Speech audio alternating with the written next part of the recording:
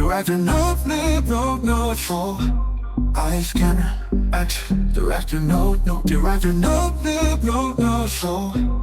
Eye scanner. ಇಂಡಸ್ಟ್ರಿಯಲ್ಲಿ what is the major leaking point? Commercial leaking point, finance leaking point ಇದೆ. ಇದು major ಮಾತಾಡಬೇಕಾಗಿದ್ದಂಥ ವಿಷಯ. ಯಾಕೆಂದರೆ ಒಂದು ಪ್ರಾಜೆಕ್ಟಲ್ಲಿ ಒಬ್ಬ ಪ್ರೊಡ್ಯೂಸರ್ನ ಚೀಪ್ ಮಾಡಿ ಕೆಲವು ಲೀಕ್ ಅಮೌಂಟ್ ಆಗುತ್ತೆ ಸರ್.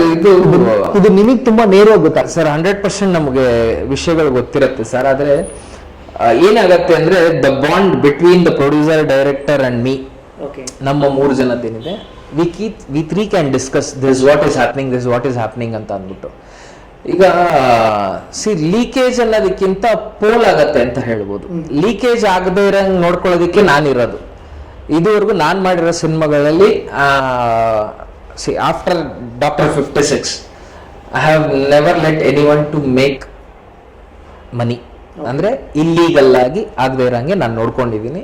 ಆ ಕಾನ್ಫಿಡೆನ್ಸ್ ನನ್ನಲ್ಲಿದೆ, ಇನ್ಕ್ಲೂಡಿಂಗ್ ನಿಮ್ಮ ಸಿನಿಮಾನಲ್ಲೂ ಕೂಡ ಎಲ್ಲೂ ಆ ಥರ ಹೋಗಿಲ್ಲ. ಪೋಲು ಅಂತ ಅಂದರೆ ಯಾವ ಥರ ಅಂತ ಹೇಳ್ಬೋದು ಅಂದರೆ, ಫಾರ್ ಎಕ್ಸಾಂಪಲ್ ಈಗ ನಮ್ಮ ಲಿಮಿಟೇಷನ್, ನಮ್ಮ ಈ ಸಿನಿಮಾಗೆ ಇಷ್ಟು ಬಡ್ಜೆಟ್ ಅಂದ್ಕೊಂಡಿರ್ತೀವಿ, ಅದು ಎಕ್ಸಸ್ ಆಗಿರುತ್ತೆ. ಕಾರಣ ಏನು ಅಂತಂದರೆ, ಫಾರ್ ಎಕ್ಸಾಂಪಲ್ ಚಿಕ್ಕದಾಗಿ ಹೇಳಬೇಕು ಅಂದರೆ, ನಾವೊಂದು ಮೇಕಿಂಗ್ ಅಂತ ಬಂದಾಗ ಸಿನಿಮಾಗೆ ಏನು ಬೇಕು, ಆ ಸಿನಿಮಾಗೆ ಏನು ಬೇಕು, ಆ ಪರ್ಟಿಕ್ಯುಲರ್ ಎಕ್ವಿಪ್ಮೆಂಟ್ಸ್ ಅಂತ ಫಾರ್ ಎಕ್ಸಾಂಪಲ್ ತಗೊಳ್ತೀವಿ ಅಂತಂದ್ರೆ, ಓಕೆ ಗುರು, ನಾನು ಈ ಎಕ್ವಿಪ್ಮೆಂಟಲ್ಲಿ ನಾನು ಈ ಔಟ್ಪುಟ್ ಕೊಡ್ತೀನಿ ಅನ್ನೋ ಕಾನ್ಫಿಡೆನ್ಸು ಒಬ್ಬ DOP, ಒಬ್ಬರು ಕ್ಯಾಮ್ರಾಮನ್, ಸಿನಿಮಾಟೋಗ್ರಾಫರ್ ಕೊಡ್ತೀನಿ ಅಂತಂದ್ರೆ, we can together make anything. ಇಲ್ಲ ನನಗೆ ಇದೇ ಕ್ಯಾಮ್ರಾ ಬೇಕು ಅಂತ ಅಂದಾಗ, ಆಬ್ವಿಯಸ್ಲಿ ಇವಾಗ ನಾನು ಜೆಮಿನಿಲಿ ಚಿಕ್ಕ ಎಕ್ಸಾಂಪಲ್, ಒಂದು ಜೆಮಿನಿ, ಒಂದು ಅಲೆಕ್ಸಾಗೆ ಹೋದಾಗ ಕ್ಯಾಮ್ರಾ, ಇದು ಕ್ಯಾಮ್ರಾ, ಅದು ಕ್ಯಾಮ್ರಾ, ಆಬ್ವಿಯಸ್ಲಿ ಟೆಕ್ನಿಕಲ್ ವೈಸ್ ಅಲ್ಲಿ ಅವ್ರಿಗೆ ಚೆನ್ನಾಗಿ ಗೊತ್ತಿರತ್ತೆ, ನಾವು ಅದ್ರ ಬಗ್ಗೆ ಮಾತಾಡೋಕ್ಕಾಗಲ್ಲ. ಡಿಫ್ರೆನ್ಸಸ್ ಇದ್ದೇ ಇರುತ್ತೆ, ಔಟ್ಪುಟ್ ತೆಗೆದ್ರೆ ಡಿಫ್ರೆನ್ಸಸ್ ಇದ್ದೇ ಇರುತ್ತೆ. ಆದ್ರೆ ನಾನೊಬ್ಬ EP ಆಗಿ ನಾನೇನ್ ಹೇಳ್ತೀನಿ ಅಂತಂದ್ರೆ, ಗುರು ಜೆಮಿನಿ ಯೂಸ್ ಮಾಡೋಣ ಅಂತ ಹೇಳ್ತೀನಿ. ನೀನು ಅಲೆಕ್ಸಲ್ಲಿ ಏನ್ ಬರುತ್ತೆ ಔಟ್ಪುಟ್, ಅದನ್ನ ನೀನ್ ಜೆಮಿನಿಲ್ ತೆಗೆದುಕೊಡು ಅಂತ ನಾನೊಬ್ಬ DOP ಕೇಳ್ತಾರೆ, ಒಬ್ಬ ಸಿನಿಮಾಟೋಗ್ರಾಫರ್ಗೆ. ಯಾಕಂದ್ರೆ ನನಗೆ ಅದ್ರದ್ದು ದುಡ್ಡು ಇರುತ್ತೆ, ಯಾಕಂದ್ರೆ ಅದ್ರದ್ದು ಹೈಯರ್ ಅಲ್ಲ. ಬ್ಯಾಕ್ ಪ್ರೋಸೆಸ್ ಅಲ್ಲಿ it is not only those higher. ಅಲೆಕ್ಸಾಗೆ ನಮಗೆ ಒಂದು 20 ಹಾರ್ಡ್ ಡಿಸ್ಕ್ ಬೇಕು ಅಂದ್ರೆ ಜೆಮಿನಿನಲ್ಲಿ 10 ಹಾರ್ಡ್ ಡಿಸ್ಕ್ ಅಲ್ಲಿ ಮುಗಿಯುತ್ತೆ. ಐ ಆಮ್ ಟಾಕಿಂಗ್ ಒಂದು 4 TB ಹಾರ್ಡ್ ಡಿಸ್ಕ್ ಅಂತಂದ್ರೆ, ಇಲ್ಲಿ 20 ಬೇಕು ಅಂದ್ರೆ ಇಲ್ಲಿ 10 ಮುಗಿಯುತ್ತೆ. So the limitations savings angle. ಹೌದು. ನಾವು ಕತೆ ಕೇಳ್ಬೇಕಾದ್ರೂ ಅದನ್ನೇ ಯೋಚನೆ ಮಾಡ್ತೀವಿ ಸರ್. ಓಕೆ, ಇಲ್ಲಿ ಇದಿದೆ, ಇದು ಈ ತರ ಯುಟಿಲೈಸ್ ಮಾಡೋಣ ಅಂತ. ನಮ್ಮ ಆಂಗಲ್ ಯಾವತ್ತೂ ನಾನು ಪ್ರೋಸೆಸ್ ಪೂರ್ತಿ ಅದರಲ್ಲೇ ಇರ್ತೀವಿ. ಮೇಜರ್ಲಿ ಒಂದು ಸಿನಿಮಾ ಜೊತೆ ವರ್ಕ್ ಮಾಡ್ಬೇಕಾದ್ರೆ ನಿಮ್ಗೆ ಸೆನ್ಸ್ ಅನ್ಸುತ್ತೆ, ಈ ಸಿನಿಮಾ ಹಿಟ್ ಆಗುತ್ತೆ ಅಥವಾ ಇದು ಕಮರ್ಷಿಯಲಿ ವರ್ಕೌಟ್ ಆಗಲ್ಲ ಅಂತ ಅನ್ಸುತ್ತಾ? ಸೆನ್ಸ್ ಗೊತ್ತಾಗುತ್ತಾ? ಸರ್ ಗೊತ್ತಾಗತ್ತೆ, ಆದ್ರೆ ಕೆಲವು ವಿಷಯ ಓಪನ್ ಆಗಿ ಮಾತಾಡಕ್ಕಾಗಲ್ಲ. ಫ್ರ್ಯಾಂಕ್ ಏನು ಅಂತಂದ್ರೆ, ಈಗ ಫಾರ್ ಎಕ್ಸಾಂಪಲ್ Dr. 56 ಆಗಿರೋ ಸಿನಿಮಾ ಬಗ್ಗೆ ಮಾತಾಡೋಣ. Dr. 56 ನಾವು ಸಿನಿಮಾ ಮಾಡ್ಬೇಕಾದ್ರೆ ನಮಗೆ ಗೊತ್ತು ಈ ಸಿನಿಮಾ 100% ಬಿಸ್ನೆಸ್ ಮಾಡುತ್ತೆ ಅನ್ನೋ ಒಂದು ಕಾನ್ಫಿಡೆನ್ಸ್ ಅಲ್ಲೇ ನಾವು ಮಾಡಿದ ಸಿನಿಮಾ. ಅನ್ಫಾರ್ಚುನೇಟ್ಲಿ ಅದು ನಾವು 2020 ರಿಲೀಸ್ ಆಗಿದ್ರೆ it would have been a super hit movie. But 2 ವರ್ಷ ಡ್ರ್ಯಾಗ್ ಆಗೋಯ್ತು ನಮ್ಗೆ ರಿಲೀಸ್, ಬಿಕಾಸ್ ಆಫ್ ಲಾಕ್ಡೌನು, ನಮ್ಮ ಪ್ರೋಸೆಸ್ ಲೇಟ್ ಆಯ್ತು, ಅದು ಇದು ಅಂತ ಅಂದ್ಬಿಟ್ಟು. But still it made a good money for the producer. And again one more thing was like, ನಮ್ಗೆ ಡಬ್ಬಿಂಗ್ ರೈಟ್ಸ್ ಆಯ್ತು, ಅದಾದ್ಮೇಲೆ ಅಮೆಝಾನ್ ಅಲ್ಲಿ ಆಯ್ತು. ಥಿಯೇಟ್ರಿಕಲಿ ಅಲ್ಲಲ್ಲ, ಕಮರ್ಷಿಯಲಿ ಮೇಡ್ ಅ ಮನಿ. ನಮ್ಗೆ ಆ ಕಾನ್ಫಿಡೆನ್ಸ್ ಇತ್ತು. ಕಮರ್ಷಿಯಲಿ ನೋಡಿ, ನಾವು ಇವಾಗ ಏನಾಗೋಗಿದೆ ಅಂದ್ರೆ, ಸಿನಿಮಾ ಮಾಡೋದು ಥಿಯೇಟರ್ಗೋಸ್ಕರ ಮಾಡ್ತಾನೆ ಇಲ್ಲ ಸರ್. ಎಷ್ಟೋ ಜನ they are doing it for the rights. ಆಗ್ತಾ ಇದೆ ಸರ್, ಅದೇ ಪ್ರಾಬ್ಲಮ್ ಆಗ್ತಾ ಇರೋದು. ಸಿನಿಮಾನಲ್ಲಿ ಪ್ರಾಬ್ಲಮ್ ಆಗ್ತಾ ಇರೋದು ಅದು. ನಮ್ಗೆ ವರ್ಷಕ್ಕೆ 350-400 ಸಿನಿಮಾಗಳು ಆಗ್ತಾ ಇದೆ. ಈಗ ಫಾರ್ ಎಕ್ಸಾಂಪಲ್ ಲಾಸ್ಟ್ ವೀಕ್ ನಿಮ್ದೇ ನೋಟಲ್ಲಿ ನೋಡಿದೆ ನಾನು, ನಿಮ್ಮ ಚಾನೆಲ್ ಡೈರೆಕ್ಟರ್ಸ್ ನೋಟಲ್ಲೇನೆ 8 ಸಿನಿಮಾ ರಿಲೀಸು, 12 ಸಿನಿಮಾ ರಿಲೀಸು. ಅದೆಲ್ಲ ಯಾವ್ದಕ್ಕೆ ಸರ್? ನಮ್ದೇ ವಿದ್ಯಾರ್ಥಿನೇ ಬಂದು announced we were only 2 movies release ದಿವಸ 13 ಮೂವಿ. ಏನ್ ಮಾಡಕ್ಕಾಯ್ತು? ನಾವೇನು ಮಾಡೋದಕ್ಕೆ ಸಾಧ್ಯ ಇಲ್ಲ. ಯಾರಿಗೂ ಹೋಗ್ಬಿಟ್ಟು ನಮ್ಮ ಮೂವಿ ಬರ್ತಾ ಇದೆ ಬರಬೇಡಿ ಅಂತಲ್ಲ. ಇಟ್ಸ್ ಓಪನ್ ಪ್ಲಾಟ್ಫಾರ್ಮ್, ಯಾರು ಹೇಗ್ ಬೇಕಾದ್ರು. ಸೊ ಅದ್ರಲ್ಲಿ ಕೆಲವು ಸಿನಿಮಾ ಗೆಲ್ಲತ್ತೆ, ಕೆಲವು ಸಿನಿಮಾ ಗೆಲ್ಲಲ್ಲ. ಈಗ ನಾವು ಎಷ್ಟೊಂದೆಲ್ಲ ಕೇಳ್ತೀವಿ, ನಮ್ದು ಥಿಯೇಟ್ರಲ್ಲಿ ಸಿನಿಮಾ ಓಡ್ಲಿಲ್ಲ, ಅಮೆಝಾನ್ ಅಲ್ಲಿ ಎಕ್ಸ್ಟ್ರಾಡಿನರಿ ಆಗಿ ಓಡ್ತಾ ಇದೆ, ತುಂಬಾ ಚೆನ್ನಾಗಿ ರೆವೆನ್ಯೂ ಜನರೇಟ್ ಆಗ್ತಾ ಇದೆ. ಯಾರು ಏನು ಮಾಡೋಕ್ಕಲ್ಲ ಸರ್. ಆಡಿಯನ್ಸನ್ನ ಯಾರು ಕರ್ಕೊಂಬಂದು ಕೂಡ್ಸೋಕ್ಕಾಗಲ್ಲ. ಕರ್ಕೊಂಬಂದು ಕೂಡಿಸ್ಲೇಬೇಕು ಅಂತಂದ್ರೆ ಅದ್ರ ಪ್ರಕಾರ ಸಿನಿಮಾ ಔಟ್ಪುಟ್ ಬಂದಿರಬೇಕು, ಅದ್ರ ಪ್ರಕಾರ ರೀಚ್ ಆಗಬೇಕು ಅಷ್ಟೇ. ಕಮರ್ಷಿಯಲಿ ಹಿಟ್ ಮಾಡ್ತೀನಿ ನನ್ನ ಸಿನಿಮಾನ ಅಂತ ಯಾರು ಹೇಳೋಕ್ಕಾಗಲ್ಲ ಸರ್. ಸೊ ಅಲ್ಲಿಗೆ ನೀವು ಹೇಳೋ ಪ್ರಕಾರ ಒಂದು ಗೊತ್ತಾದ್ಮೇಲೆ ನೋ ಜಜ್ಮೆಂಟ್, ನೀವು ಕೆಲಸ ಖಂಡಿತವಾಗ್ಲೂ. ಹಿಟ್ ಆಗುತ್ತೆ, ಇದು ಹಿಟ್ ಆಗಲ್ಲ ಅಂತ ಗೊತ್ತಾಗಲ್ಲ.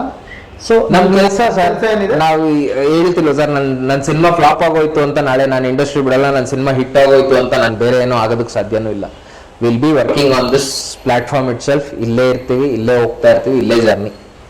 ಸೊ ನಿಮ್ಮ ಜಾಬ್ ಪ್ರಕಾರ ವಾಟ್ ಯು ವಾಂಟ್ ಅಂದರೆ, ನೀವು ಟೆಕ್ನಿಷಿಯನ್ಸಿಂದ ಆ್ಯಕ್ಟರ್ಗಳಿಂದ ಯೂಶಲಿ ಅವ್ರ ಜೊತೆ ನೀವು ಕನೆಕ್ಟ್ ಆಗಿರೋದು, ಆ್ಯಕ್ಟರ್ಸು ಟೆಕ್ನಿಷಿಯನ್ಸಿಂದ ಇಂಡಸ್ಟ್ರಿ ಗ್ರೋತ್ ಆಗೋದಕ್ಕೆ ವಾಟ್ ಯು ವಾಂಟ್ ಎಕ್ಸ್ಪೆಕ್ಟ್, ಏನು ಎಕ್ಸ್ಪೆಕ್ಟ್ ಮಾಡ್ತೀರಾ ಆ ಪೀಪಲ್ ಕಡೆಯಿಂದ?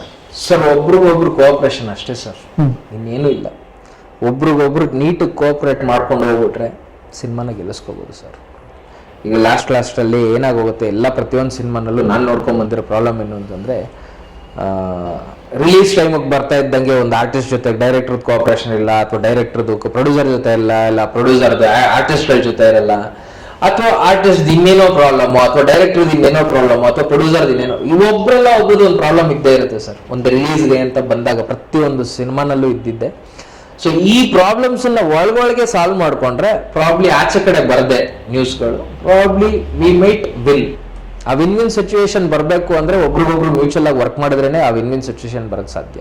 ಸೊ ನನಗೆ ಇತ್ತೀಚೆಗೆ ತುಂಬ ಕೇಳ್ಪಟ್ಟಿದ್ದೀನಿ ಆ್ಯಕ್ಚುಲಿ, ತುಂಬ ಕೋಪ್ರೇಷನ್ಸ್ ಇಲ್ಲ ಅಂತ. ಅಂದರೆ ಏನು ಗೊತ್ತಾ, ಪ್ರೊಡ್ಯೂಸರ್ ಕರೆದ್ರು, ಪ್ರೊಡ್ಯೂಸರ್ ಅಲ್ಲ ಪ್ರೊಡ್ಯೂಸರ್ ಕರೆದ್ರು ಅಥವಾ ಇನ್ಯಾರು ಕರೆದ್ರು, ವರ್ಕ್ ಮಾಡಿದ್ವಿ, ಮುಗಿದೋಯ್ತು ಅಷ್ಟೇ. ರಿಲೀಸ್ಗೂ ನನಗೂ ಸಂಬಂಧನೇ ಇಲ್ಲ. ಆಕ್ಟರ್ಗಳು ಹಂಗೆ ಆಗಿದ್ದಾರೆ, ಟೆಕ್ನಿಷಿಯನ್ಸು ಹಂಗೆ ಆಗಿದ್ದಾರೆ ಸರ್. ಅದೇ ನಾನು ಹೇಳಿದ್ನಲ್ಲ ಸರ್, ಸಿನಿಮಾ ಬ್ಯುಸಿಯಾಗಿ ಹೋಗಿದೆ ಸರ್. ವರ್ಷಕ್ಕೆ 300 ಸಿನಿಮಾ 400 ಸಿನಿಮಾ ಅಂತಂದ್ರೆ ನಮ್ಮಲ್ಲಿ ಇರೋದೇ ಎಷ್ಟು ಜನ ಆರ್ಟಿಸ್ಟು, ಅವ್ರವ್ರಿಗೆ ರಿಪೀಟ್ ಆಗ್ತಾ ಇರ್ತಾರೆ. ಆಬ್ವಿಯಸ್ಲಿ ಇವಾಗ ನಾನು ಒಬ್ರು ಫೋನ್ ಮಾಡ್ತೀನಿ, ಕರಿತೀನಿ ಆರ್ಟಿಸ್ಟನ್ನ, ಬರ್ತಾರೆ, ಆ್ಯಕ್ಟ್ ಮಾಡ್ತಾರೆ, ತಿರ್ಗಾ ಡಬ್ಬಿಂಗಿಗೆ ಬರ್ತಾರೆ, ಹೋಗ್ತಾರೆ. ಸರ್ ರಿಲೀಸ್ ಶ್ರೀಕಾಂತ್ ನಾನು ಅಲ್ಲಿ ಇನ್ನೊಂದು ಸಿನಿಮಾನಲ್ಲಿ ಶೂಟಿಂಗಲ್ಲಿ ಬ್ಯುಸಿ ಇದ್ದೀನಿ, ಇದೇ ಆನ್ಸರ್ಸ್ ಬರುತ್ತೆ. ಅದೇ ನಮ್ಮ ಸಿನಿಮಾಗಳು, ಕ್ವಾಲಿಟಿ ಸಿನಿಮಾಗಳು ಸರ್, ವರ್ಷಕ್ಕೆ ಒಂದು 50-100 ಅಷ್ಟೇ ಸಿನಿಮಾ ಸಾಕು ನಮಗೆ. 52 ವಾರ, ಒಂದೊಂದು ವಾರಕ್ಕೆ 2-2 ಸಿನಿಮಾ ಅಂತ ಲೆಕ್ಕ ಇಟ್ಕೊಂಡು 104 ಸಿನಿಮಾ, ಇದಕ್ಕಿಂತ ಜಾಸ್ತಿ ಹೋಗ್ಬಾರ್ದು ಸರ್. ಆಗ ಮಾಡಿದಾಗ ಎಲ್ಲರೂ ಬ್ಯುಸಿ ಆಗ್ತಾರೆ, ಎಲ್ಲ ಪ್ರೊಡ್ಯೂಸರ್ಸು ಸೇಫ್ ಆಗ್ತಾರೆ. ಈ ವಿಚಾರ ಹೇಳ್ಬೇಕು ಆಕ್ಚುಲಿ ನಮ್ದು ಓವರ್ ಟ್ರಾಫಿಕಿಂಗ್ ಆಗ್ತದೆ, ಓವರ್ ಟ್ರಾಫಿಕಿಂಗ್ ಸಿನಿಮಾ ಆಗ್ತದೆ ಖಂಡಿತವಾಗ್ಲೂ ಅದು ಟೂ ಮಚ್ ಡೇಂಜರ್. ಅದಕ್ಕೆ ಎಲ್ಲ ಬಿಸ್ನೆಸ್ನು ಸ್ಟಾಪ್ ಆಗೋಗಿದೆ ಅಂತ ನನ್ನ ಪ್ರಕಾರ ಹೇಳ್ತೀವಿ. ಯೂಶಲಿ ಪ್ರೊಡಕ್ಷನ್ ಹೌಸು ಇವಾಗ ಅಗ್ರಿಮೆಂಟ್ ಮಾಡ್ಕೋಬೇಕಾ ಮಾಡ್ಕೋಬಾರ್ದು? ಯಾವ ಥರ ಆರ್ಟಿಸ್ಟ್ಗೆ ಆಗಿರಲಿ 100% ಅಗ್ರಿಮೆಂಟ್ ಮಾಡಬೇಕು ಸರ್. ವಿತೌಟ್ ಅಗ್ರಿಮೆಂಟ್ ಸಿನಿಮಾ ಮಾಡೋದೇ ತಪ್ಪು. ಪ್ರತಿಯೊಬ್ಬರು ನಾನು ಹೇಳ್ತಾರೆ ಅಂದರೆ, C I am not talking about the supporting artist, lead artist, main technicians, ಎಲ್ಲರ ಜೊತೆನೂ ಪ್ರೊಡಕ್ಷನ್ ಹೌಸ್ ಜೊತೆ ಅಗ್ರಿಮೆಂಟ್ ಮಾಡ್ಕೊಳ್ಳೇಬೇಕು ಸರ್. ಮಾಡದೆ ಮಾಡ್ತೀವಿ ಅಂತಂದ್ರೆ ಅದು ಅವ್ರವ್ರ ಧೈರ್ಯ ಅಷ್ಟೇ. ಮಾಡದೆ ಮಾಡಿದ್ರೆ ಟೈಮ್ ಇಷ್ಟ ಆಗಿರುತ್ತೆ. Obviously it happens. ಅಂದ್ರೆ ಸರ್, ಒಬ್ರಿಗೊಬ್ರು ನಂಬಿಕೆ ಇದ್ರೆ ಎಲ್ಲಾನು ನಡೆಯೋದು ಸರ್. ಎಲ್ಲಾ ಬರೀ ಸಿನಿಮಾ ಅಂತಲ್ಲ ಸರ್, ಪ್ರತಿಯೊಂದು ಬಿಸ್ನೆಸ್ ಕೂಡ ನಂಬಿಕೆ ಮೇಲೆ ಹೋಗೋದು, ವ್ಯವಹಾರದಲ್ಲೇ ಹೋಗೋದು. ಪ್ರೊಫೆಷನಲ್ ಇಲ್ವಲ್ಲ ಸರ್ ಈಗ? ಇಲ್ಲ ಅಂತ ಅಲ್ಲ, ಇದು ಅಳ್ಕೊಂತ ಇದೆ. ಅದೇ ನಾನು ಹೇಳಿದ್ನಲ್ಲ, ನಮ್ ಬಿಸ್ನೆಸ್ ಅಂದ್ರೆ ಆಪರ್ಚುನಿಟೀಸ್ ಜಾಸ್ತಿ ಆಗಿದೆ. ಮುಂಚೆ ಆಪರ್ಚುನಿಟೀಸ್ ಕಡಿಮೆ ಆಗ್ತಾ ಇತ್ತು, ಕಡಿಮೆ ಏನಾದ್ರು ಟ್ರಸ್ಟ್ ಇರ್ತಿತ್ತು. ಈಗಲೂ ನೀನಿಲ್ಲ ಅಂದ್ರೆ ಇನ್ನೊಬ್ಬ, ನೀನಿಲ್ಲ ಅಂದ್ರೆ ಇನ್ನೊಬ್ಬ ಅಂತ ಆಗೋಗಿರೋದ್ರಿಂದನೇ ಈ ಪ್ರಾಬ್ಲಮ್ಸ್ಗಳು ಅಷ್ಟೇನೆ, ಇನ್ನೇನಿಲ್ಲ. ಇದು ಪ್ರೊಡಕ್ಷನ್ ಹೌಸ್, ಯಾಕೆಂದ್ರೆ ನೀವು directly connected to production house ಆಗಿರೋದ್ರಿಂದ ಪ್ರೊಡಕ್ಷನ್ ಹೌಸ್ ಎಷ್ಟು ಪ್ರೊಡ್ಯೂಸರ್ ಸೇಫ್ ಆಗಿ ವ್ಯವಹಾರ ಮಾಡಬೇಕು. ಈಗ ಹಿಟ್ಟು ಫ್ಲಾಪು ಅದು ಯಾರಿಗೂ ಗೊತ್ತಿಲ್ಲ, ಯಾರು ಹೇಳಕ್ಕಾಗಲ್ಲ. ಆ ಥರದ್ದು ತಡೆ ತಟ್ಟೋರು ಯಾರು ಗೊತ್ತಿಲ್ಲ ಖಂಡಿತವಾಗ್ಲೂ. ಸೊ ಹಂಗಾಗಿ ಮಾಡೋ ಕೆಲಸನ ಪ್ರಾಮಾಣಿಕವಾಗಿ ಮಾಡಬೇಕು ಅಂದ್ರೆ ಏನೆಲ್ಲ ಮೆಜರ್ಮೆಂಟ್ಸ್, ಟ್ರೀಟ್ಮೆಂಟ್ ಅಂತ ಹೇಳ್ತೀನಿ ಆಕ್ಚುಲಿ. ಸೊ ಈ ಟ್ರೀಟ್ಮೆಂಟ್ ತಗೋಬೇಕು ಆಕ್ಚುಲಿ ಒಬ್ಬ producer sir. And one more thing, ಈಗ ನೀವು ಹೇಳಿದ್ದು ಕರೆಕ್ಟ್, ಬಟ್ ಆದ್ರೆ ಏನಾಗುತ್ತೆ ಅಂದ್ರೆ production house to production house ಇದು ಡಿಫರ್ ಆಗ್ತಾ ಹೋಗುತ್ತೆ, ಡೈರೆಕ್ಟರ್ ಟು ಆರ್ಟಿಸ್ಟ್ ಡಿಫರ್ ಆಗ್ತಾ ಹೋಗುತ್ತೆ. We can't keep the same thing to all the production house. Generally ಇದನ್ನ ಕೇಳಿಸ್ಕೊಂತಿರೋ ನಾಳೆ ಓಕೆ ಶ್ರೀಕಾಂತ್ ಅವ್ರು ಹೇಳಿದಂತ ಒಬ್ರಿಗೊಬ್ರು ಹೆಲ್ಪ್ ಆದ್ರೂ ಬೆಟರ್ ಅಂದ್ರೆ ಒಂದು ಅವೇರ್ನೆಸ್ ಅಷ್ಟೇ ಸರ್. ಈ ಡಾಕ್ಟರ್ ಹೋದ ತಕ್ಷಣ ಸರ್ 100% ಸರ್. ಇವಾಗ ಫಾರ್ ಎಕ್ಸಾಂಪಲ್ ನಾನು ಒಂದು ಹೇಳ್ತೀನಿ, ಇದು ಯಾವುದು ನಮ್ಮಲ್ಲಿ ನಡೆದಿರೋ ಅಂಥದ್ದಲ್ಲ, ಒಂದು ಓಪನ್ ಚಿಟ್ ಚಾಟಿಗೆ ಹೇಳಬೇಕು ಅಂತಂದ್ರೆ ಜನರಲಿ ನಾವು ಒಂದು ಇಂಟ್ರಾಕ್ಷನ್ ಕೂತ್ಕೊಂಡಿದ್ದೀವಿ, ಏನೋ ಒಂದು ಮಾತಾಡ್ತಾ ಇದ್ದೀವಿ, ಸರ್ ನಾಳೆ ಸಿನಿಮಾ ಮಾಡ್ಬಿಡೋಣ ಸರ್ ಅಂತ ಅಂತೀವಿ. ನೀವು ಅದೇ ಕಾನ್ಫಿಡೆನ್ಸಲ್ಲಿ ಓಕೆ ಅಂತ ಅಂತೀವಿ. ನಾಳೆ ಇಬ್ಬರು ಹೋಗ್ತೀವಿ, ಯಾರ ಹತ್ರನೂ ಒಂದು ಮಾತಾಡ್ತೀವಿ, ನಾವು ಅಗ್ರಿಮೆಂಟ್ ಮಾಡ್ಕೊಳ್ಳಲ್ಲ, ಕ್ಯಾಮ್ರಾ ತೊಗೊತೀವಿ, ಆಮೇಲೆ ಯೂನಿಟ್ ತೊಗೊತೀವಿ. ಸರಿ ಸರ್ ಆಯಿತು, ಸ್ಟಾರ್ಟ್ ಮಾಡ್ತೀವಿ ಸಿನಿಮಾನ, ಎಲ್ಲ ಮುಗಿಯುತ್ತೆ. ಪೇಮೆಂಟು ಅಂತ ಬಂದಾಗ ಇದು ಇಷ್ಟು ಅಮೌಂಟು ಅಂತ ಅವರೊಂದು ಇನ್ವಾಯ್ಸ್ ಕೊಡ್ತಾರೆ. ಅದೇ ನಾವು ಫಸ್ಟೇ ಸ್ಟಾರ್ಟಿಂಗ್ ಮಾತಾಡ್ಬಿಟ್ಟು ಒಂದು ಅಗ್ರಿಮೆಂಟ್ ಮಾಡ್ಕೊಂಡ್ರೆ ಅವ್ರೇನು ಮಾತಾಡೋಕ್ಕಾಗಲ್ಲ. ಫೈನಲ್ ಆಗಿ ಅವ್ರೇನೋ ಒಂದು ಬಿಲ್ ಕೊಟ್ಟಾಗ ಇದು ಹಂಗಲ್ಲ ರೀ ಅಂತ ಶುರುವಾಗತ್ತೆ, ಅಲ್ಲಿ ಜಟಾಪಟಿಗಳಾಗತ್ತೆ. ಅವ್ರ ಕಡೆಯಿಂದ ಕ್ಲಿಯರೆನ್ಸ್ ಲೆಟರ್ ಕೊಡಲ್ಲ, ಇಲ್ಲಿ ಪ್ರೊಡ್ಯೂಸರ್ ಸಬ್ಸಿಡಿ ಅಪ್ಲೈ ಮಾಡೋಕ್ಕಾಗಲ್ಲ.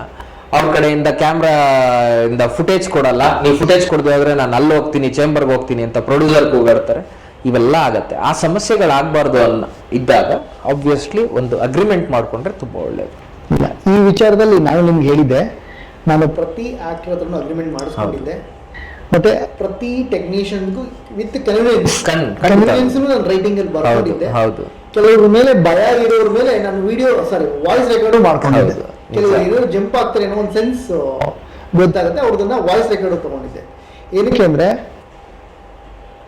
ಒಂದು ಪ್ರೊಡ್ಯೂಸರ್ ಹುಡುಕಿ ಪ್ರೊಡಕ್ಷನ್ ಹೌಸ್ ಒಪ್ಪಿಸಿ ಸಿನಿಮಾ ಮಾಡಿದ್ಮೇಲೆ ಕೆಲವು ಟೆಕ್ನಿಷಿಯನ್ಸ್ ಕೆಲವು ಆರ್ಟಿಸ್ಟ್ ಒಳಗೆ ತಗೊಂಡ್ಮೇಲೆ ಅವ್ರದ್ದು ಅವತಾರಗಳೇ ಬೇರೆ 100% ಚೇಂಜ್ ಆಗುತ್ತೆ. ಹೌದು, ಅದನ್ನೇ ಹೇಳಿದ್ದೆ. ಅದೇ ಆನ್ ಪೇಪರ್ಸ್ ಎಲ್ಲ ಇದ್ಬಿಡ್ತು ಅಂದ್ರೆ ಯಾರು ಏನು ಮಾತಾಡೋಕ್ಕಾಗಲ್ಲ ಸರ್. 100% ಹೌದು. On paper records is very much important.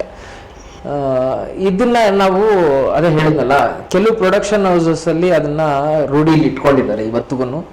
ಏನಾದರೂ ಆಗಲಿ ಪ್ರತಿಯೊಂದನ್ನು ಅಗ್ರಿಮೆಂಟ್ ಅಂತ ಅಂದ್ಬಿಟ್ಟು. ಕೆಲವು ಪ್ರೊಡಕ್ಷನ್ ಹೌಸಸ್ ಇಲ್ಲಿ ಬಿಟ್ರಿ ನಮ್ಮವರು ಮಾಡ್ತಾರೆ ಅನ್ನೋದು ಇರುತ್ತೆ. ನಾವು 100 ಜನ ಇದ್ದಾರೆ ಅನ್ಕೊಳ್ಳಿ ಸರ್, ಅದರ ಒಂದು 80% ಒಳ್ಳೆಯವರೇ ಇದೆ ಸರ್, ಅದ್ರ ಬಗ್ಗೆ ನಾನು ಮಾತಾಡಲ್ಲ.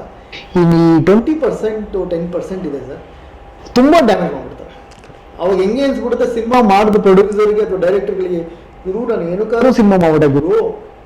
ಆಗಿದೆ ತುಂಬಾ ಎಕ್ಸ್ಪೀರಿಯನ್ಸ್ ಆಗಿದೆ, ನನ್ನ ಎಕ್ಸ್ಪೀರಿಯನ್ಸ್ ಆಗಿದೆ. ಬಟ್ ನನ್ಗೆ ಏನಂತ ಹೇಳಿದ್ರೆ, ಈ ಮುಖಾಂತರ ಏನು ಹೇಳಕ್ಕೆ ಅಂದ್ರೆ ಎಕ್ಸಿಕ್ಯೂಟಿವ್ ಪ್ರೊಡ್ಯೂಸರ್ ಮುಂದೆನೇ ಹೇಳ್ತಾ ಇದ್ದೀನಿ, ಅಗ್ರಿಮೆಂಟ್ ಮಾಡ್ಕೊಡಿ. ಪೇಪರ್ಸ್ ಇದ್ದಷ್ಟು ನಿಮಗೆ ಪ್ರೊಡಕ್ಷನ್ ಹೌಸ್ಗೆ ನಿಮಗೆ ಹೆಡ್ಏಕ್ ಕಮ್ಮಿ ಆಗುತ್ತೆ ಅನ್ನೋದು ನನ್ನ ಒಂದು ಸಣ್ಣ ಅವೇರ್ನೆಸ್. 100% ಹೌದು. ನಂದೇ ಆಗಿದೆ ಸರ್. ನಮಗೆ ಒಂದು cinema, I want to name it, ಒಂದು ಪ್ರೊಡಕ್ಷನ್ ಹೌಸ್ ನನಗೆ ಒಂದು ರೆಮ್ಯುನರೇಷನ್ ಅಂತ ಅಂದ್ಬಿಟ್ಟು, ಅಂದರೆ again it is not between me and producer, it was between me and someone else, I don't want to name him. ಇಷ್ಟು ಕೊಡಿಸ್ತೀನಿ ನೀವು ಮಾಡಿ. ಸರಿ ಸರ್ ಆಯಿತು, ಓಕೆ. ನನ್ನ ಕೆಲಸ ಏನಿದೆ, ನನ್ನ ಇದು ಫಾರ್ಮ್ಯಾಟಲ್ಲಿ ನಾನೇನಿದೆ ವರ್ಕ್ ಮಾಡ್ಕೊಂಡು ಹೋಗಿದ್ದೆ. ಲಾಸ್ಟಲ್ಲಿ ಇದು ತಗೊಳ್ಳಿ ಅಂತ, ಸರ್ ನೀವು ಸ್ಟಾರ್ಟಿಂಗಲ್ಲಿ ಇಷ್ಟು ಹೇಳಿದ್ರಿ ಅವಾಗ ಹೇಳಿದ್ದೆ ರೀ, ಇವಾಗ ಸಿನಿಮಾ ಇಲ್ಲ ರೀ, ಅದೇನೋ ಆಗ್ತಾ ಇಲ್ಲ ರೀ, ತಗೊಳ್ರಿ ಇದು ಅಂತ. ಹೌದಾ, ಸರಿ ಸರ್ ಬಿಡಿ ಸರ್. ನಮಗೂ ಆಗಿದೆ ಆ ಎಕ್ಸ್ಪೀರಿಯನ್ಸು. ಬಟ್ ಆದರೆ ಒಂದೂವರೆ ವರ್ಷ ಆದಮೇಲೆ ಪ್ರೊಡ್ಯೂಸರ್ ಅಚಾನಕ್ಕಾಗಿ ಒಂದು ಭೇಟಿ ಆದಾಗ ಅವ್ರು ಹೇಳ್ತಾರೆ, ನಾವು ಹಿಂಗೆ ಮಾತಾಡ್ತಾ ಇರ್ಬೇಕಾದ್ರೆ ಇರ್ಲಿ ಬಿಡಿರೋಣ ಹಂಗೆ ಹಿಂಗೆ ಅಂತ ಏನೋ ಒಂದು ಮಾತುಕತೆಗಳಾಗಬೇಕಾದ್ರೆ ನಮ್ಗೆ ಈ ಥರ ಬಂದಿಲ್ಲ ಪೇಮೆಂಟು ಅಂತ ಅಂದಾಗ, ಎಲ್ಲ ಕ್ಲಿಯರ್ ಮಾಡಿದ್ನಲ್ರಿ ನಾನು ಅಂತ ಅಂದಾಗ ನಮ್ಗೆ ಅದು ಶಾಕಿಂಗ್ ಆಗಿರುತ್ತೆ. ಪ್ರೊಡ್ಯೂಸರ್ ಕಡೆಯಿಂದ ಪೇಮೆಂಟ್ ಬಂದಿದೆ, ನಮಗೆ ಪೇಮೆಂಟ್ ಬಂದಿಲ್ಲ. So who is the person? ಇದು ಹೇಳಿದ್ರಿ ಗೊತ್ತಾ, ಅವಾಗಲೇ ನೀವು ಕೇಳಿದಾಗ ಅದಕ್ಕೆ ಆನ್ಸರ್ ಇದು. ಪೋಲ್ ಆಗೋದು ಬೇರೆ, ಕೇಳಿದ್ದಕ್ಕಿಂತ ಜಾಸ್ತಿ ಕೊಟ್ಟು ಅಲ್ಲಿ ಪೋಲ್ ಆಗೋದು ಬೇರೆ. ಲೀಕೇಜ್ ಅಂತ ಇದು leakages which can be controlled. ಅದೇ ಆ ಎಕ್ಸ್ಪೀರಿಯನ್ಸ್ ಮೇಲೆ ಇವಾಗ ನಾವು ಆ ಲೀಕೇಜ್ ಕಂಟ್ರೋಲು ಅವೆಲ್ಲ ಮಾಡ್ತಾ ಇರೋಂಥದ್ದು. ಈಗ ಬಾರ್ಗಿಂಗ್ ಹೆಂಗ್ ನಡೆಯುತ್ತೆ? ಈಗ ಕಲಾವಿದ್ರ ಮತ್ತೆ ಟೆಕ್ನಿಷಿಯನ್ಸ್ ಮತ್ತೆ ಬಾರ್ಗಿಂಗ್ ಶುರು ಆಗುತ್ತೆ. ಈಗ ನಿಮ್ಮ ಹತ್ರ ಒಂದು ಲಿಮಿಟೇಷನ್ ಬಜೆಟ್ ಇರುತ್ತೆ ಖಂಡಿತವಾಗ್ಲು. ಆರ್ಟಿಸ್ಟ್ ಸಿಕ್ಕಾಪಟ್ಟೆ ಎಕ್ಸ್ಪೆನ್ಸ್ ಇರ್ತಾರೆ. ಬಟ್ ಅವ್ರು ಬೇಕೇ ಹೆಂಗೆ ಅವನ್ನ sir, it is all like ಅಂದ್ರೆ ನಮ್ಮ ಒಂದು ಮ್ಯೂಚುವಲ್, ನಮ್ಮ ಒಂದು ಮಾತುಕತೆ. ಆಮೇಲೆ ವೆರಿ ಫಸ್ಟ್ ಥಿಂಗ್ ಬಾರ್ಗೇನಿಂಗ್ ಅಂದಿದ ತಕ್ಷಣ ಎಲ್ಲರೂ ಏನ್ ಮಾಡ್ತಾರೆ ಅಂದ್ರೆ, ಸರ್ ನೆಕ್ಸ್ಟ್ ಮೂವಿನಲ್ಲಿ ಕೊಡಿಸ್ತೀನಿ ಅಂತಾರೆ. The thing which I don't do. ಏನಕ್ಕೆ ಅಂತಂದ್ರೆ, ನೆಕ್ಸ್ಟ್ ಮೂವಿನಲ್ಲಿ ನಾವು ಅವ್ರಿಗೆ ಚಾನ್ಸ್ ಕೊಡೋಕೆ ಆಗತ್ತೋ ಇಲ್ವೋ ಗೊತ್ತಿರಲ್ಲ. ನಾವು ಹೇಳೋದು ಇಷ್ಟೇ, ಪ್ರಾಕ್ಟಿಕಲ್. ಇವತ್ತೇನು ಮಾಡ್ತಾ ಇದೀವಿ ಅದು ಸರ್, ಇಲ್ಲಿ ನನಗಿರೋದೇ ಲಿಮಿಟೇಷನ್ ಇಷ್ಟು ಬಡ್ಜೆಟ್. ಯಾರೋ ಒಬ್ರು ಒಂದು ಆರ್ಟಿಸ್ಟು ಒಂದು ಹೆವಿ ಅಮೌಂಟಲ್ಲಿ ಇದ್ರು, ನಾವು ಅದರಲ್ಲಿ 30% ಪೇ ಮಾಡಿದ್ವಿ ಸರ್, ನಮ್ಮದೇ ಸಿನಿಮಾ ವಿದ್ಯಾರ್ಥಿನಿಯರಲ್ಲಿ. ಅವ್ರ ಎಕ್ಸ್ಪೆಕ್ಟೇಷನ್ ಅಲ್ಲಿತ್ತು. ಬಟ್ ಏನು ಅಂತಂದ್ರೆ, ನಾವು ಅವ್ರಿಗೆ first thing is they will get convinced. ಅವ್ರ ಪಾರ್ಟ್ ಏನಿದೆ, ಅವ್ರ ಪಾತ್ರ ಏನಿದೆ, ಅದು ಡೈರೆಕ್ಟರ್ ಕನ್ವಿನ್ಸ್ ಮಾಡ್ಬಿಟ್ಟಿರ್ತಾರೆ. ಅವ್ರು ಅಲ್ಲಿ ಕನ್ವಿನ್ಸ್ ಆಗೋದ್ರು ಅಂದ್ರೆ ಅಮೌಂಟ್ ವಿಷಯದಲ್ಲಿ ನಮಗೆ ಕನ್ವಿನ್ಸ್ ಮಾಡೋದು ಈಸಿ. ಯಾವಾಗ ಡೈರೆಕ್ಟರ್ ಕೈಲಿ ಕನ್ವಿನ್ಸ್ ಮಾಡೋಕ್ಕಾಗಿರಲ್ಲ ಆ ಪಾತ್ರನ, ನಮಗೆ ಕನ್ವಿನ್ಸ್ ಮಾಡೋದು ಕಷ್ಟ. ನಮ್ಮ ಜಾಬು, ನಮಗೆ ದುಡ್ಡು ಹಣಕಾಸು ವ್ಯವಹಾರ ನಾವು ಎಲ್ಲ ಕನ್ವಿನ್ಸ್ ಮಾಡೋದಕ್ಕೆ ಸಾಧ್ಯತೆ ಆಗದೆ. ನಾನು ಯಾವಾಗಲೂ ಹೇಳಿದೆ, ಅಲ್ಟಿಮೇಟ್ ಅನ್ನೋದು ಬರೋದು ಡೈರೆಕ್ಟ್ರು. ಯಾವುದಕ್ಕೆ? ಕಥೆ ಅನ್ನೋ ವಿಷಯಕ್ಕೆ, ಸ್ಕ್ರೀನ್ ಪ್ಲೇ ಅನ್ನೋ ವಿಷಯಕ್ಕೆ ಬಂದಾಗ ಅವರೇ. ಅದಕ್ಕೆ ದುಡ್ಡು ಹಾಕೋರು producer who will be the top most. So ಇವರಿಬ್ರು ಮಧ್ಯೆ ನಾವು ನಿಂತ್ಕೊಂಡಿರ್ತೀವಿ. ಸರ್ ನೀವು ಎಷ್ಟು ಕನ್ವಿನ್ಸ್ ಮಾಡ್ತೀರೋ ನಾವು ಉಳಿದಿದ್ದು ಕನ್ವಿನ್ಸ್ ಮಾಡಿ ಹಿಡಿಬೋದು, ಇಲ್ಲ ಅಂದ್ರೆ ಆಗಲ್ಲ ಅಷ್ಟೇ. ಓಕೆ, ಆಮೇಲೆ ಇತ್ತೀಚೆಗೆ ನಾನು ಇದು ನಿಮ್ಮೊಬ್ಬರು ಕೈಲಿ ಕಂಟ್ರೋಲ್ ಮಾಡೋಕ್ಕೆ ಸಾಧ್ಯ, ಅಂದರೆ manager and director and production house ಮಾತ್ರ ಕಂಟ್ರೋಲ್ ಮಾಡೋಕ್ಕೆ ಸಾಧ್ಯ. ನನ್ನ ಸ್ವಂತ ಅನುಭವ ಮತ್ತು ನಾನು ಬೇರೆ ಕಡೆ ಆಗಿದ್ದೀನಿ. ಆ್ಯಕ್ಚುಲಿ ಡಿಜಿಟಲ್ ಡಿಸ್ಟರ್ಬೆನ್ಸ್ ಅಂತ ಹೇಳ್ತೀನಿ ವರ್ಡ್ ಅಂತ. ಶೂಟಿಂಗ್ ಸ್ಪಾಟಲ್ಲಿ ಎಲ್ಲರೂ ಬಂದ್ಬಿಡ್ತಾರೆ ಈಗ ಆ್ಯಕ್ಟರ್ಸ್, ಟೆಕ್ನಿಷಿಯನ್ಸ್ ಎಲ್ಲರೂ ಕೈಲೂ ಮೊಬೈಲ್ ಇರುತ್ತೆ. 8 ಅವರ್ ವರ್ಕ್ ಮಾಡ್ತೀವಿ ಅಂದ್ಕೊಳ್ಳಿ, 8 ಅವರಿಗೆ ಒಂದು 5 ಲಕ್ಷ ಆದಾಯ ಖರ್ಚಾಗುತ್ತೆ ಅಂದ್ಕೊಳ್ಳಿ.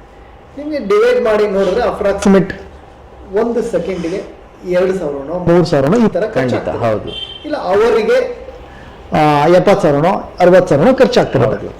ಒಬ್ಬ ಟೆಕ್ನಿಷಿಯನ್ ಡೈರೆಕ್ಷನ್ ಡಿಪಾರ್ಟ್ಮೆಂಟ್ಗೆ ಹೋದರೆ ಅವನ್ನ ಕರ್ಕೊಂಬ ಅಂತ ಹೇಳಿದ್ರೆ ಅಲ್ಲಿ ಯಾರೋ ಟೆಕ್ನಿಷಿಯನ್ನು ಅಥವಾ ಆರ್ಟಿಸ್ಟು ಫೋನಲ್ಲಿ ರೀಲ್ಸ್ ನೋಡಿಕೊಂಡು ಪರ್ಸನಲ್ ಚಿಟ್ ಚಾಟ್ ಮಾಡಿಕೊಂಡು ಟೈಮ್ ವೇಸ್ಟ್ ಮಾಡೋದು. ಇಲ್ಲಿ 5 ನಿಮಿಷ ಇರುವುದಂತೆ ಅಂದರೆ 5 ನಿಮಿಷಕ್ಕೆ 5,000 ರೂಪಾಯಿ ಡಮಾರ್. ಹೌದು, ಖಂಡಿತವಲ್ಲ. ಓಕೆ, ಇದೇ ಥರ ಟೆಕ್ನಿಷಿಯನ್ಸು ಅವರೇನೋ ಮಾಡ್ತಿರ್ತಾರೆ, ಅವ್ರಿಗೆ ಫೋನ್ ಬರುತ್ತೆ, ಅಲ್ಲಿ ಗಂಟೆಗಟ್ಟಲೆ ಮಾತಾಡ್ತಾರೆ. ಸೊ ದಯವಿಟ್ಟು ಇದನ್ನ ಆಫ್ ಮಾಡ್ಬೋದಾ ಅಂದರೆ ಟೆಕ್ನಿಷಿಯನ್ಸ್ ಆಗಲಿ ಆರ್ಟಿಸ್ಟ್ ಆಗಲಿ ಶೂಟಿಂಗ್ ಸ್ಪಾಟಿಗೆ ಬಂದ ಮೇಲೆ ಓಕೆ, ಒಂದು ಅವರಾಗೆ ವಾಲಂಟ್ರಿಯಾಗಿ ಆಫ್ ಮಾಡು, ಆ್ಯಕ್ಟ್ ಮಾಡೋದು ಅಂದರೆ ಡೆಡಿಕೇಟಿವ್ ಆಗಿ ಅಂದರೆ ಪ್ರೊಡಕ್ಷನ್ ಹೌಸಿಗೆ ಅಂದರೆ ಈ ಥರದ್ದು ಪ್ರತಿದಿನ 1 ಅವರ್ to 2 ಅವರ್ ವೇಸ್ಟ್ ಆಗುತ್ತೆ.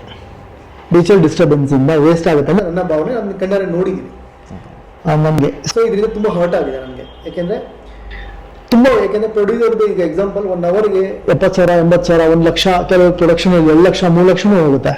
ಸೊ ಅನ್ನೆಸೆಸರಿ ಅಂದರೆ ಅವ್ರ ಸಮಸ್ಯೆಗಳನ್ನ ತಂದು ಇಲ್ಲಿ ಪ್ರೊಡ್ಯೂಸರ್ ದುಡ್ಡಲ್ಲಿ ಟೈಮ್ ವೇಸ್ಟ್ ಆಗ್ತಿರುತ್ತೆ. ಈಗ ಇದನ್ನ ಹೆಂಗೆ ಅವೇರ್ ಮಾಡ್ಬೋದು ಸರ್?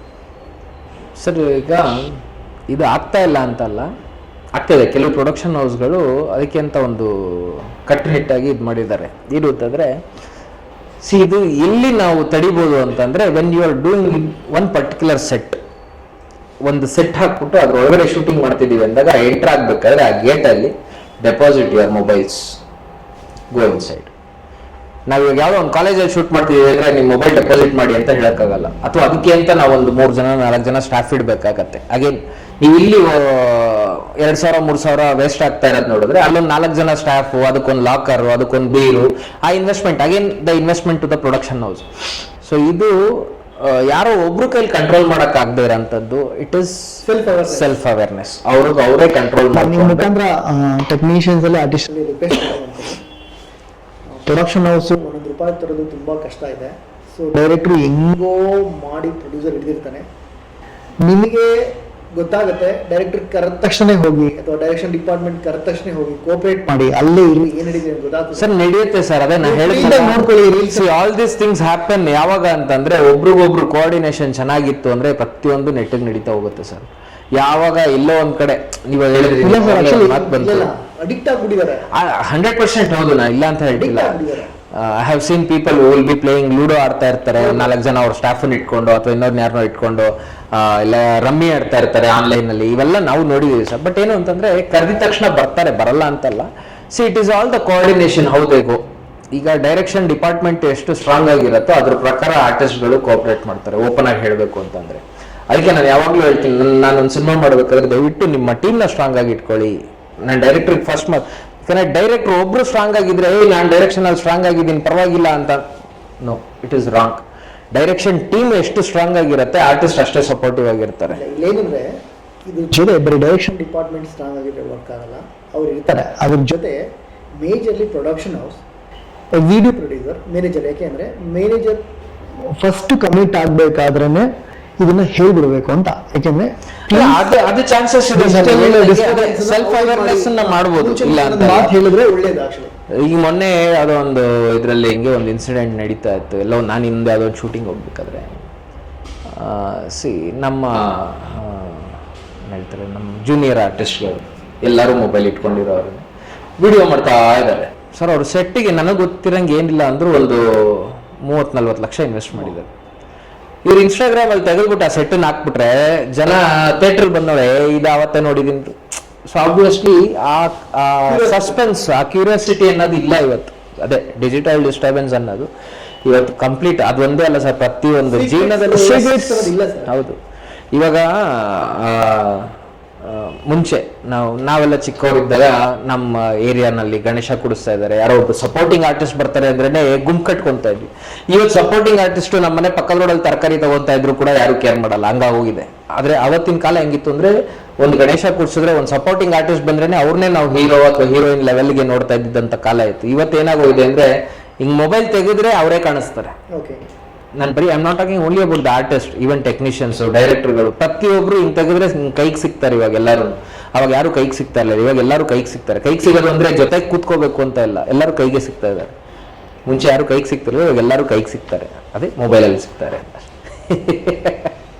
ಸೊ ಓಕೆ, ಈಗ ಮತ್ತೇನಾದ್ರು ಹೇಳ್ಬೇಕು ಅಂತ ಅನ್ಕೊಂಡಿದ್ರೆ ಹೊಸ ವಿಚಾರ ಇಂಡಸ್ಟ್ರಿಗೆ?